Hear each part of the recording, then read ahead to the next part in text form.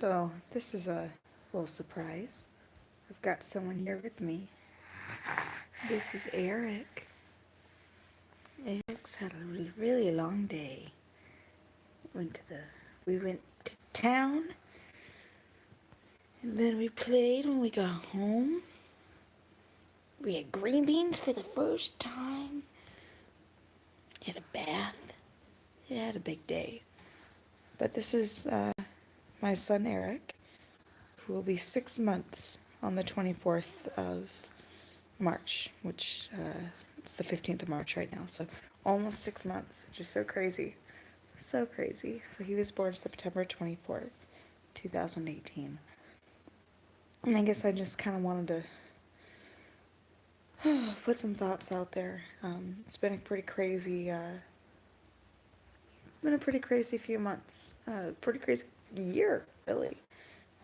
I found out I was pregnant 2 days after my 26th birthday in 2018, so that would have been January 26th. It was so crazy to find that out because I was actually going to physical therapy after injuring myself at work, where I tripped and fell and completely jacked up my cervical spine, so like the neck part of your spine, and my shoulders, my rotator cuffs got kind of messed up. And so I was going to physical therapy for that, and going to school and working, and to find out that I was going to have a baby was pretty crazy. Especially considering it's something I don't talk about as incredibly often in my own personal life. Only a few people actually know. But my husband and I have gone through 6 miscarriages before this precious little thing was born. And that's really hard. It's really hard to go through all that and then have a doctor finally say that you might never have kids of your own, that you could do infertility treatment, except that it's incredibly expensive and it doesn't always work. In fact, a lot of the time it doesn't work. So we just kind of decided that, that was going to be it. I have actually always wanted to adopt. The idea of being pregnant and giving birth never really appealed to me. Even as a kid, I always wanted to be a parent. I just didn't really, just being pregnant just never appealed to me, really. And maybe it's because of all those losses that I didn't really feel a connection to Eric while I was pregnant. And it's kind of a sad thing to say. A lot of moms kind of judge someone who doesn't really feel the connection while they're pregnant. In fact, a lot of women told me I should be grateful because so many other women will never have this chance. And yeah, I know it's a miracle that he's here. It's a miracle that he's healthy. I have a hormone imbalance. My androgens are all out of whack. So that was part of the reason why I always had miscarriages. Just my body just kind of fought it. Didn't really work quite right. So to have other women say, other women suffer with infertility issues. So, how dare you not enjoy being pregnant? First of all, get off your high horse, because you don't know what I've personally gone through. And a lot of women, to have a rainbow baby doesn't necessarily mean they have to enjoy every single moment of being pregnant. I'm going to be honest, I was sick the entire time. A lot of women told me, oh, by the second trimester, it'll go away, it'll be fine. I was sick up until the middle of my second trimester. Violently ill, and I had to eat. A lot of women I've heard from have said that they couldn't eat because they were so nauseous. If I didn't eat, I got nauseous. In fact, I ended up losing like 20 pounds while I was pregnant. because I was eating. And that's another big thing is a lot of plus sized first time moms, or even if they've been there and done that, a lot of those moms kind of, the idea of gaining weight is so scary, and definitely was for me too. And the doctors were just astounded that I had lost so much weight while I was pregnant. Um, at some point, they thought when he was about 4 pounds. So that was probably about the second trimester, about 4 pounds. And then the placenta weighs 4 pounds, and I was 20 pounds under my pre-pregnancy weight. That's insane. And a lot of people said, "Oh, be careful about eating too much." I don't really eat anyway. I usually eat maybe dropping my phone here, trying to get comfortable, sorry. I usually eat maybe 1 or 2 meals a day, which is super unhealthy, by the way. Most trained nutritionists will tell you that. A lot of doctors will tell you that. It is so bad for you. And it's really bad for your insulin levels. If you don't eat enough, if you go too long without eating, your body has to work harder to provide insulin to you and to keep your blood glucose levels in check.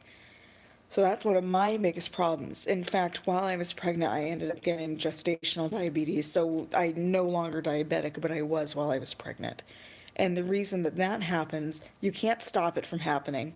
In fact, a lot of my friends of mine who are very healthy, skinny, athletic, ended up developing it. And they reached out to me saying, "Oh my gosh, I'd worked so hard to make sure I ate right, that I wasn't eating any sweets, but I still got it. Oh my God." And I just, it's not, the way it's been explained to me, and the fact that your doctor didn't say this is so bizarre. But you can't prevent gestational diabetes. It's something with the placenta where the placenta, for whatever reason, the hormones just don't work right, and it's giving way too much sugar to the baby, and the baby can't process those sugars, can't provide their own insulin, and so you have to be careful with your blood sugar.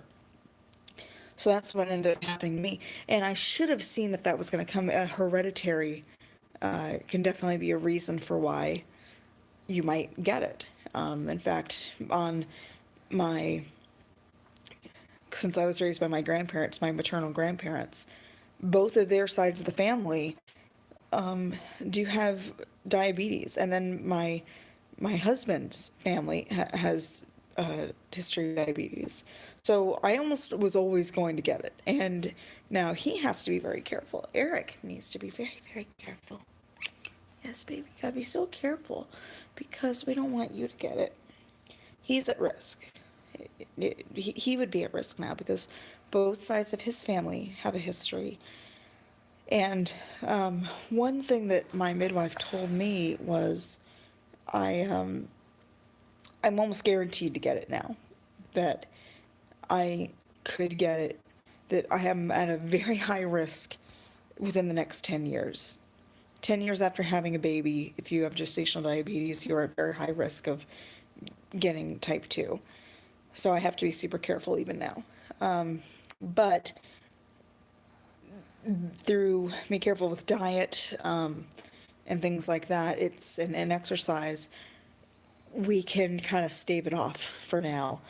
That the goal is for me to hopefully not get it until I'm much, much older, 70s or 80s, if I live that long.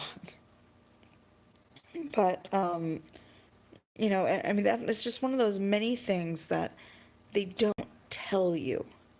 They don't tell you when you're trying for a baby. And I apologize if this is all over the place. I just kind of needed to get my thoughts out.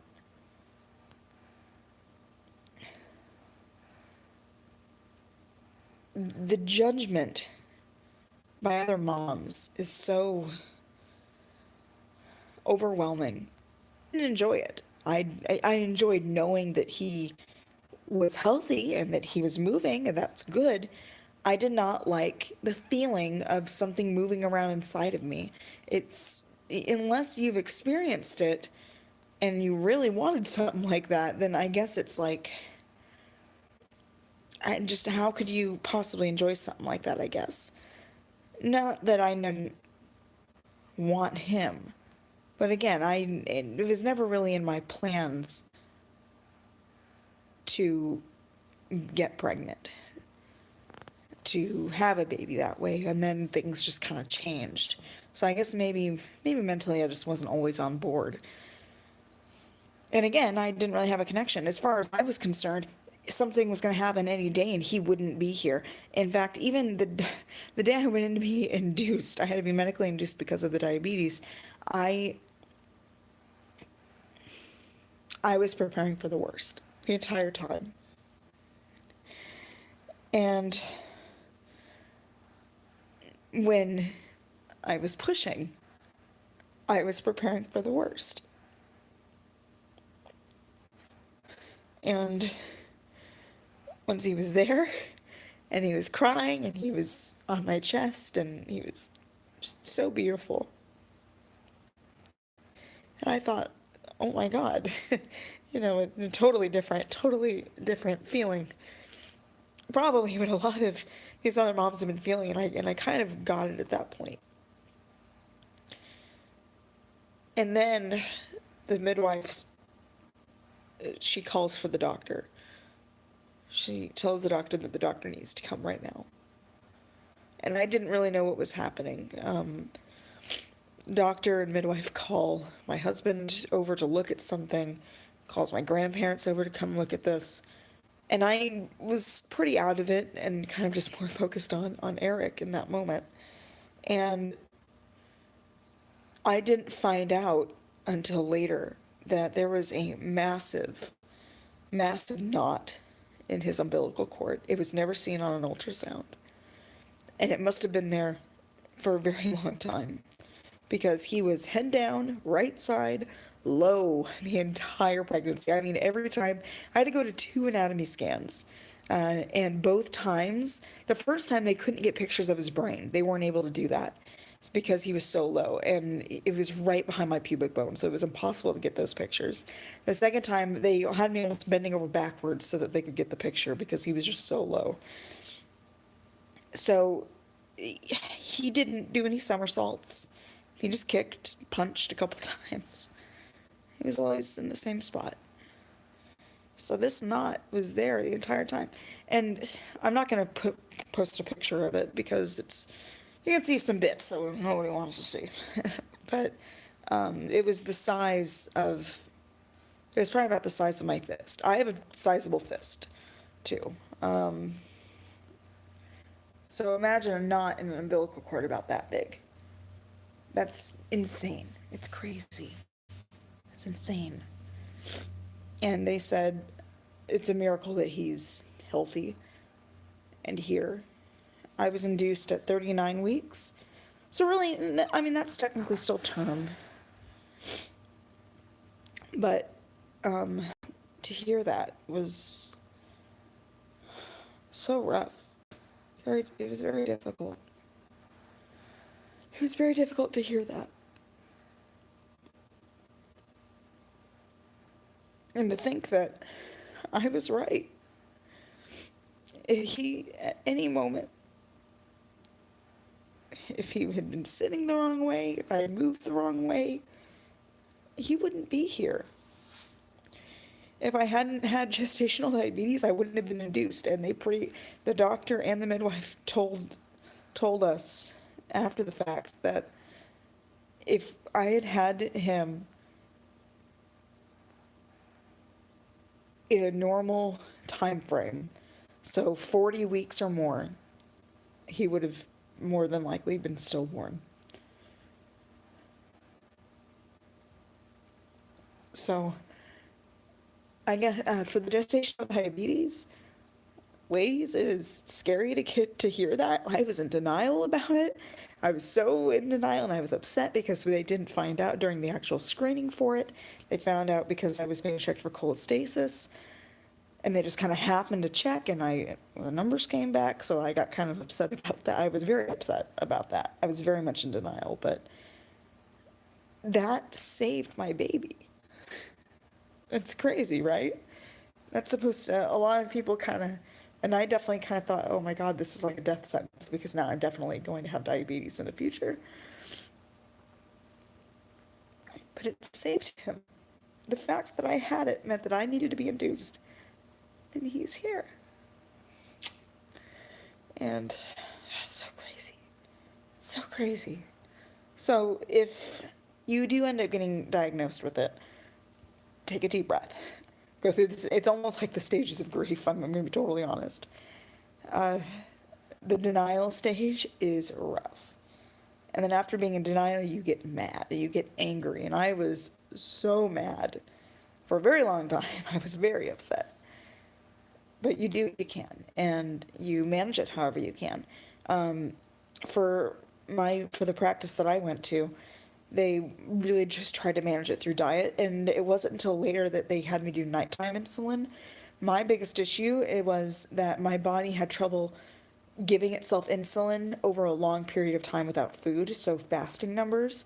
So really, they wanted me to have like a midnight snack, which is again is almost impossible for me to do. I used to like 2 meals a day at the most. So I had to force myself to eat 6 times a day, which is insane. So a breakfast, a morning snack, a lunch, an afternoon snack, dinner, and then a midnight snack. And it was very hard for me to do the midnight snack. But my fasting numbers were always high, every single time. While my numbers after eating were almost always in range, unless I was like super stressed out, usually from work, because I was still working.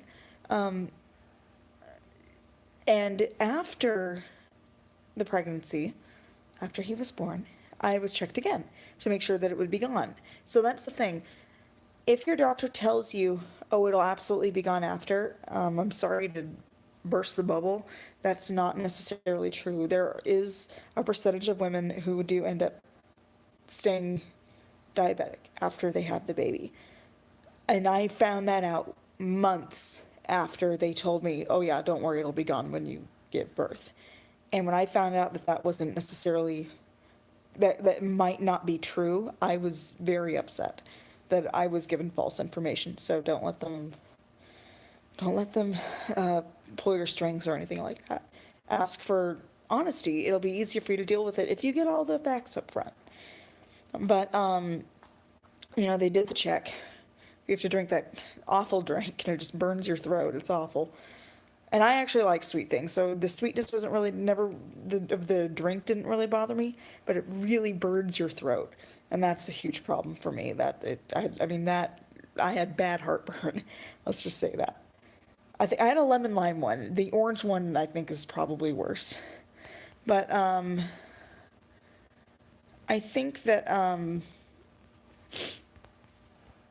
but they pretty much said that after drinking the drink, because I had to do it twice, wasn't bad. That wasn't too bad. Those numbers were perfectly in range. However, my fasting numbers were high again.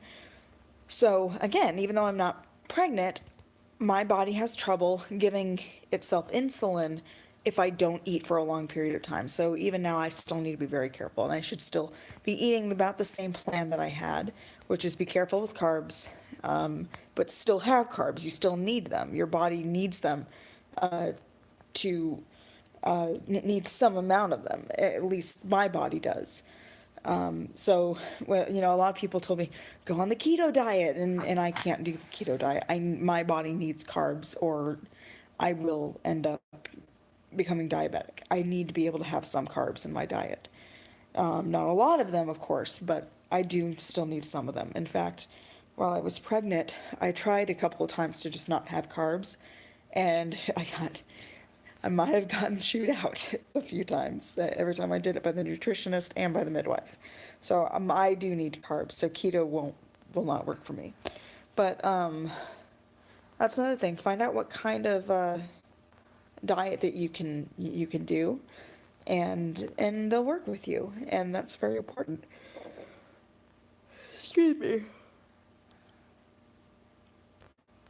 Um, I mean, I guess that's really all I needed to get off my chest today. Do you want to give you guys a good look at Eric, though? Let's see. Sleepy baby. He's a sleepy baby. Sleepy. My sleepy baby. Yes. It's bedtime. It's bedtime, my love. Yes, it's time for bed. Well, I guess I'll leave my thoughts there. I might do another one of these later. Probably to talk about like postpartum depression and all that.